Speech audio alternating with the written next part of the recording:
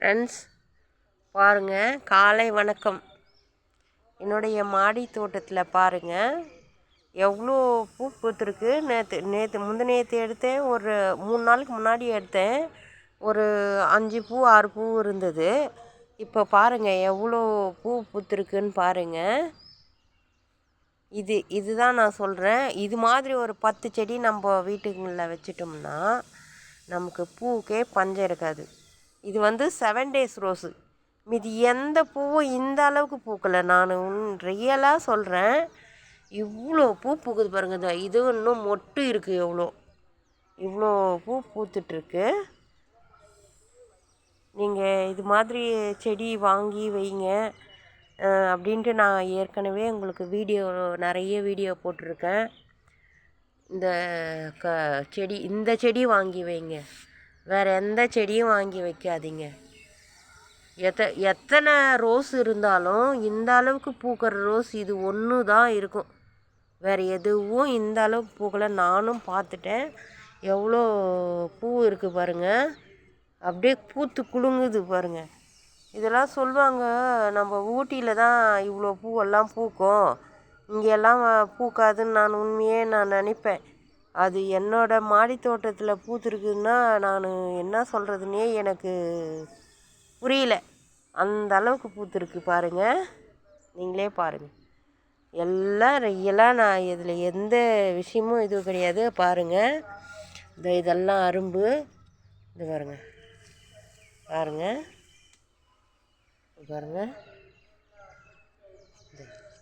இது கீழே சாஞ்சுது. வயிட்டு தாங்க முடியாமல் கீழே சாஞ்சிக்குது. அதை தான் இப்படி பண்ணி எடுத்து வச்சுருக்கேன், திரும்பி வச்சுருக்கேன். அப்படி இந்த கீழே சாஞ்சுது பாருங்கள். அது தெரிய மாட்டேங்குது வீடியோவில். பாருங்கள், எல்லாம் ரியலாக சூப்பரான ரோஸு. எல்லாம் இன்னும் அழகாக பூத்துருக்கு பாருங்கள். என்ன சொல்லுவேன் நான், எனக்கு சொல்ல வார்த்தையே இல்லை. காலையில் வந்தேன்னா எனக்கு அவ்வளோ ஒரு சந்தோஷமாக இருக்குது இந்த பூவை பார்த்து. பாருங்க,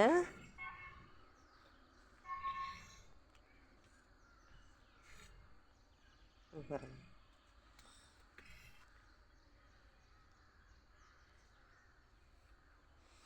நம்ம போயிட்டு 1 கிலோ 2 கிலோ பூவெல்லாம் வாங்குகிறோம் பார்த்தீங்களா. இது மாதிரி ஒரு 10 செடி நீங்கள் வச்சிட்டிங்கன்னா 1 கிலோ 2 கிலோன்னா நமக்கு எத்தனையோ கிலோ பூங்களாக பூத்து குலுங்கும் பாருங்கள். ஃப்ரெண்ட்ஸ், இது மாதிரி கண்டிப்பாக செடி வைங்க. நான் எதுவும் சொல்கிறேன்னு நினைக்காதீங்க. உண்மையிலே நீங்கள் இந்த செடி வாங்கி வைங்க. இதுக்கு நான் என்ன உரம் கொடுத்துருக்கேன், மாட்டு தொழு உரம் பதியம் போட்டிருக்கேன் பார்த்தீங்களா.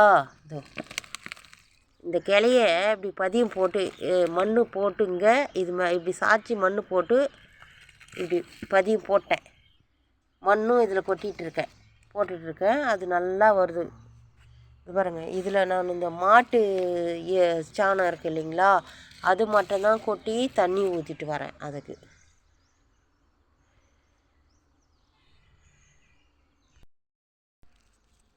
கஸ்தூரி சாமந்தி இன்றைக்கி கொஞ்சம் 2 பூ அறுக்கிற மாதிரி இருக்குது. இது போயிடுச்சு. இது அந்த இதுன்னு சொல்லிட்டு ஹைப்ரிட்னு கொடுத்தாங்க. இது அந்த அளவுக்கு சரியாக வரல. 4 பூ 5 பூ தான் பூக்குது. இது வந்து பெங்களூர் ரோஸு. இது ஒன்றும் அதுவும் சரியாக வரல. எத்தனை பூ இருக்குது நீங்களே பார்க்குறீங்கள. இது அந்த மாதிரி எந்த பூனா இருக்குதா பார்த்தீங்களா. அதுக்கு தான் சொல்கிறேன் நான் உங்களுக்கு, வாங்கி வைங்க. இதுவும் பூக்குது, ஆனால் ஒரு தளிர் வந்தால் மொட்டு வச்சிடுது. ஒரு பூ சரியாக வராது போது பார்த்து பராமரிக்கணும். இது பாருங்க, இது வந்து பட்டன் ரோஸ். பாருங்க, தக்காளி பழுத்துடுச்சு, கட் பண்ணணும். குரங்கு வந்தால் சாப்பிட்றோம்.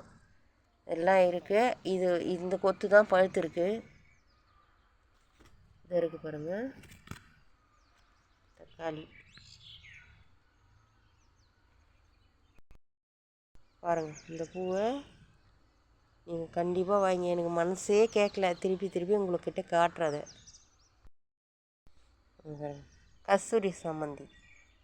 அழகு கலரு, சூப்பர் கலர் இது.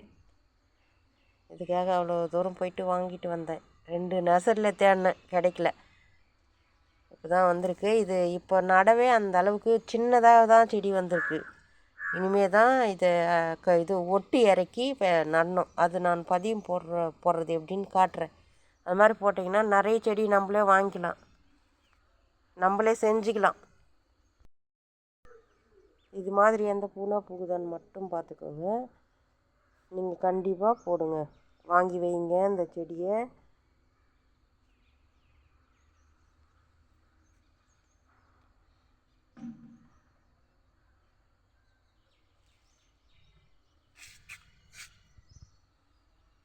மொட்டு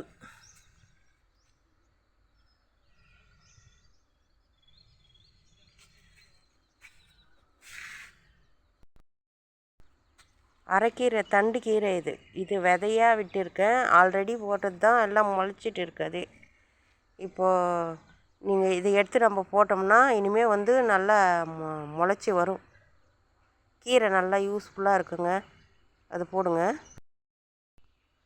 மிளகா நல்லா பிஞ்சு பூமாக இருக்குது. கீரை சொன்னேன் இல்லைங்களா, அந்த தொட்டிலேயே அப்படியே விதைச்சி விட்டேன். எல்லா இடத்துலையும் வந்துட்டுருக்கு. இதுலேயும் வந்திருக்கு பாருங்கள். இது பாருங்கள், இதுவும் நல்லா சூப்பராக பூக்குது. இது பெங்களூர் ரோஸு. ஆனால் அந்த அளவுக்கு எந்த பூவும் பூக்கலை. இது பாருங்கள், இதை நான் சொன்னேன் இல்லை, அந்த கலரு கஸ்தூரி சாமந்தி ஒரு ஒட்டு மட்டும் இறக்கி வச்சேன், சூப்பராக வந்துடுச்சு. இது பாருங்கள், இந்த வேர் விட்டு வந்துடுச்சு. இது மாதிரி செய்யுங்க. நான் ஒரு செடி 30 ரூபான்ட்டு வாங்கின்னு வந்தேன். நீங்கள் இது மாதிரி செஞ்சிங்கன்னா ஒரு செடி வாங்கின்னு வந்து அது நான் எப்படி கிள்ளி வைக்கிறதுன்னு நான் வீடியோ போடுறேன், அந்த மாதிரி போடுங்க, செய்யுங்க.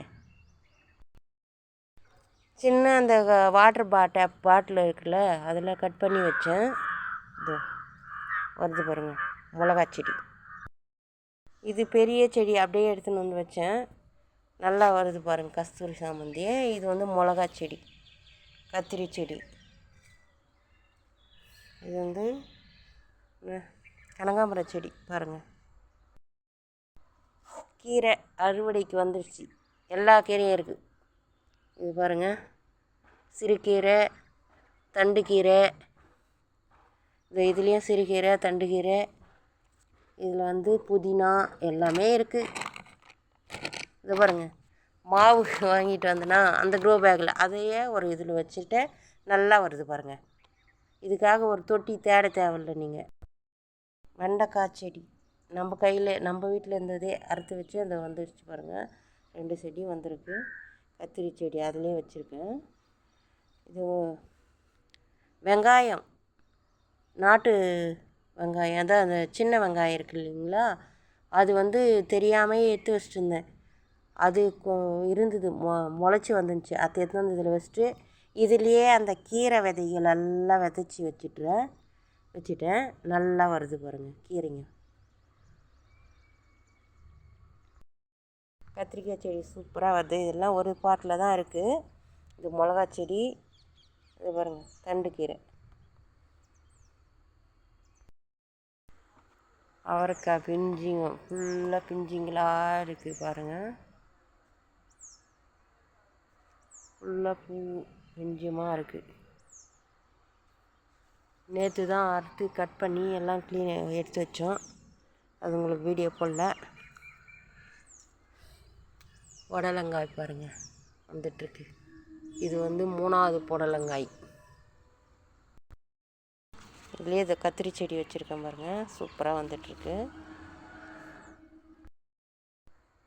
திராட்சை செடி இலையை உதிர்ந்து போச்சு. இப்போ பெரிய பாட்டில் வச்சதுனால அப்படியே வந்துட்டுருக்கு. இப்போது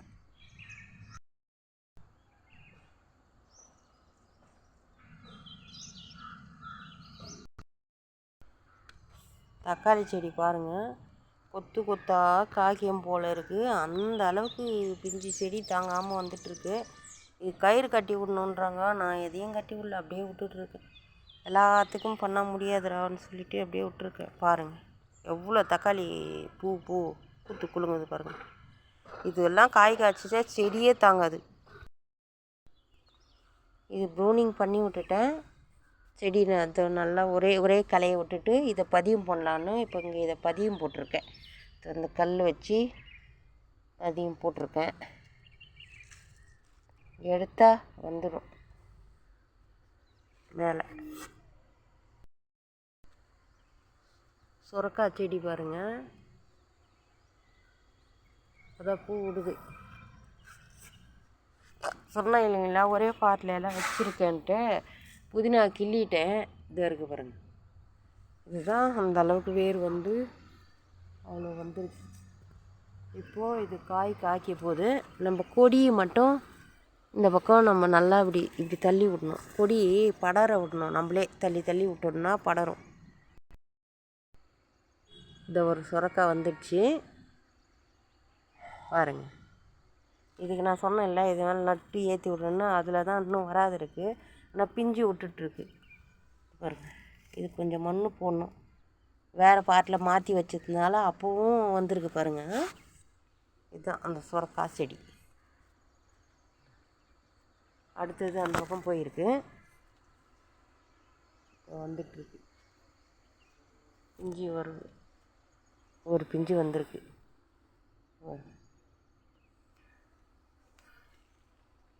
தேங்க்யூ ஃப்ரெண்ட்ஸ். வீடியோ பிடிச்சா லைக் பண்ணுங்கள், ஷேர் பண்ணுங்கள், சப்ஸ்கிரைப் பண்ணுங்கள் ஃப்ரெண்ட்ஸ் அண்டு ஃபேமிலிக்கு உங்களோட ரிலேஷனுக்கு எல்லாம் அனுப்புங்க என்னோடய வீடியோவை. ஹெல்ப் பண்ணுங்கள் ஃப்ரெண்ட்ஸ், சப்போர்ட் பண்ணுங்கள் ஃப்ரெண்ட்ஸ். Thank you friends. வீடியோ எப்படி இருந்ததுன்னு கமெண்ட் பண்ணுங்கள். உங்கள் வீட்டில் இது மாதிரி நான் உங்கள்கிட்ட சொன்னேனே, நீங்கள் வாங்கி வச்சிங்களா? இந்த 7 டே ரோஸ் யார் வாங்கி வச்சுருக்கீங்க நான் சொன்ன மாதிரின்றதை கமெண்ட் பண்ணுங்கள். Thank you friends. இந்த நாள் இனிய நாளாக அமைய வாழ்த்துக்கள். தேங்க்யூ.